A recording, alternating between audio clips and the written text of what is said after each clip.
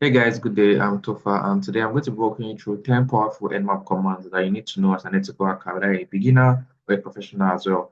So, without much talking, let's observe if our target is active. So, look, can see over here, I have different tabs open, and I'm going to make use of this tab as we proceed. Okay. So, first things first is to verify if our target is currently active. And today I'm going to be using a target called academy.com.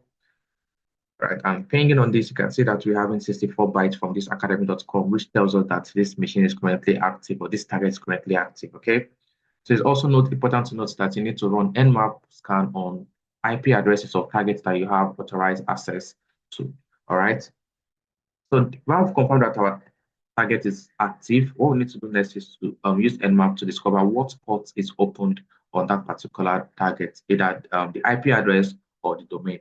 So to do that is to use Nmap, which is the name of the tool, and target. Okay, and this will just tell us the port that exists in that particular target. Looking at this, you can see we have port 21, we have port 22, and we have port 80 as the available port opened in that target. Okay, so port can signify doors, and if you want to know more about port and the vulnerability, I'll attach a video up there that you can use to educate yourself about those ports and the vulnerabilities that comes with those ports. Now, after I've identified the ports that exist in that target, we can just get to know what the version of those ports. Now, you'll be wondering, why do you want to know the version?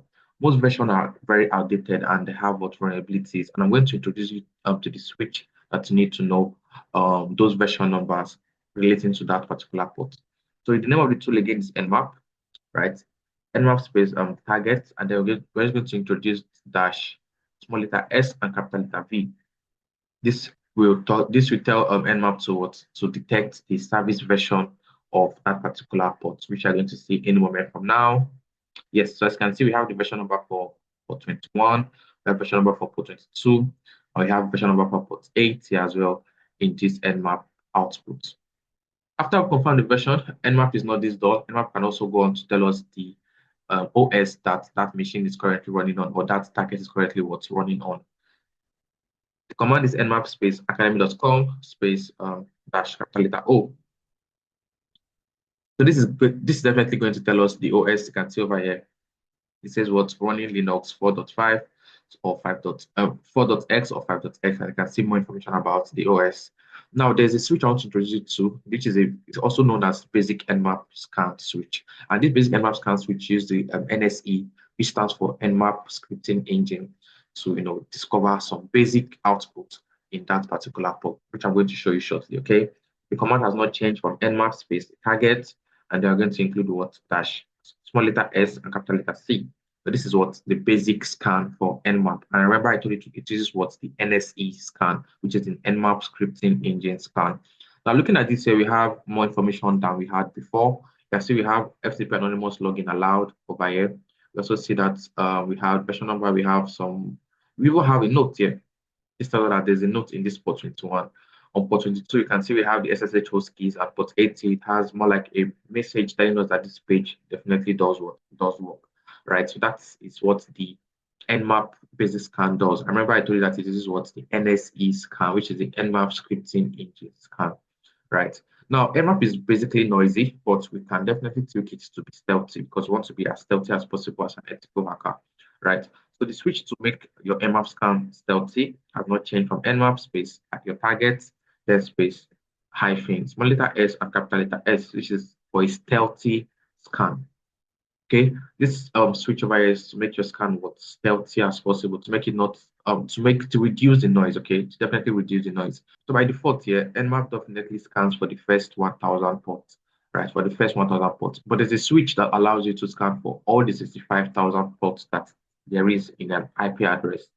So the switch is Nmap space target IP or the target domain space dash p dash, and this is definitely going to scan for all the 65,000 ports that exist in that in that domain or in that target, in your target, within your target range. Like I said, this is taking a lot more time than it took initially to scan for the port discovery. You can see it took about 11 seconds here, even if no extra ports above 1,000 were detected, because this machine currently have just ports within just 21, 22, and 80 ports. Now, looking at this port discovery, you can see that this port discovery scan was done in what less than 2 seconds. right? That's because they're just scanning the first 1,000 ports. But for all the ports, when we scan for all the ports, it scans for what? 11.72 seconds, which means that it was scanning through the 65,000 ports. Heading over to the specific port tab.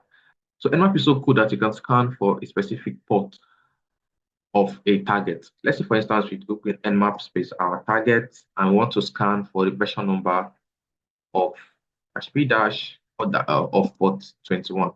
Okay, so instead of dash p dash, we're just including what dash p space 21. So this means we want to scan for the version number for port 21, which you can see over here. It has what BSFTPD 3.0.3, but it didn't give us more information about other ports because we specifically told it to what to scan for just port 21. Now, moving on in terms of the vulnerability aspects, Nmap can also detect the vulnerability due to a switch, with a switch rather, right? It can definitely what detect the vulnerability, and I'm going to show you the switch to do that. So Nmap space target space double dash script equals VUN. This is going to check out all the script, all the vulnerability that it has in its NSE, which is the Nmap scripting engine, and to detect for us if there's a vulnerability relating to that, right?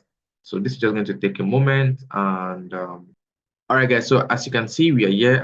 It has the port as usual, and it says here that these are the vulnerabilities now. Though it says that it couldn't find any DOM based on SSS, couldn't find any CSRV vulnerabilities, but regardless, it identified a directory called phmyadmin and also could not find any stored SSS vulnerabilities. So this is to get the vulnerabilities of your target, right? You can just do this double dash script equals run.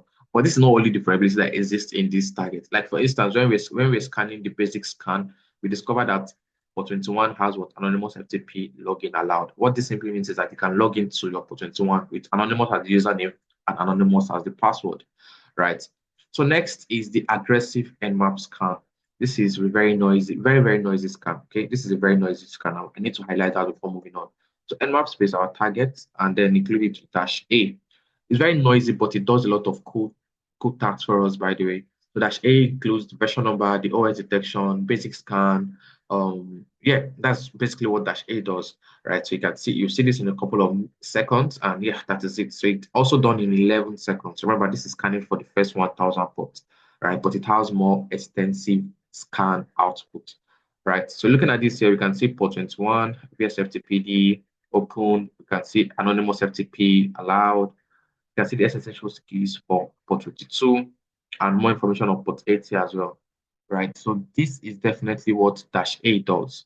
Moving over to the next tab, Collabo, it definitely tells you that Nmap is not this door because with this Nmap, you can run multiple switches in a line of command. Let me show you how to do that and what I mean by that as well. So Nmap space our target. Now, say I want to run this in a very stealthy way, and I also want to, scan for the version, and I also want to scan the OS. I also want to run a basic scan. I want to scan all the ports. And what else can I do? I want to scan for vulnerability. And I also want to, yeah, I want to increase the timing. Okay, so I didn't talk about this, but it's very essential to talk about this. So just like we have our fans, whereby 1 is the slowest and 5 is the fastest. So dash C specifically talks to us about what's the time, right? So dash C, we have either 1, 2, 3, 4, or 5. So depending on how fast we want our scan to go, there's a meme flying around that Nmap definitely takes a lot of time to load, and that is not cap. I'm going to attach the meme on the screen right now so you can see it as well. So yeah, that's not cap, but there's a downside to making your script run very fast. It means some information. So what I definitely do is I allow my script to go in mid so that it won't miss any sensitive or critical information by debugging the output for me.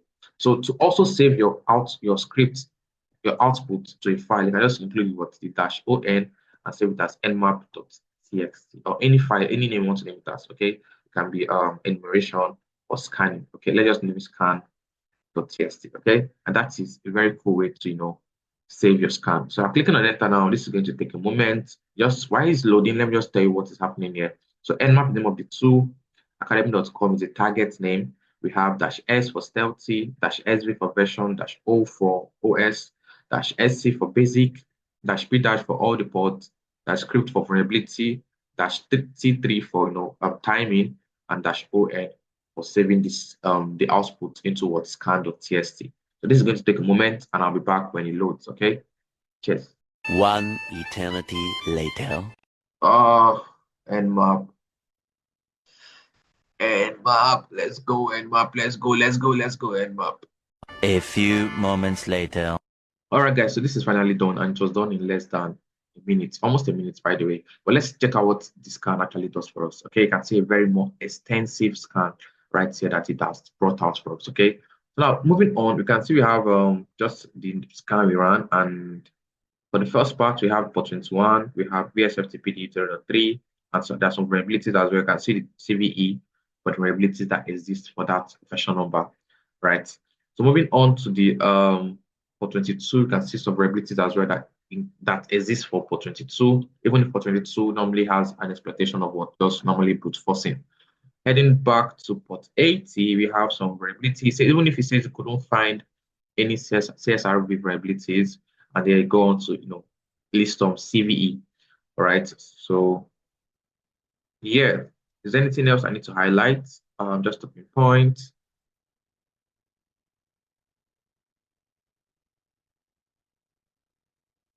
to checking it through. All right. So let's go through what. Let me just clear my screen. Okay. Let me just click on clear and clear my screen. And if I type in ls now, you can see that I have an output called scan.txt.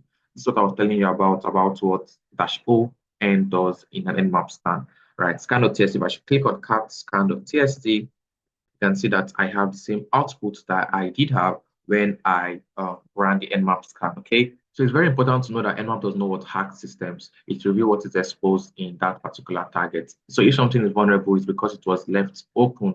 And as a cybersecurity professional, your job is very simple. Your job is to find it before an attacker do find it.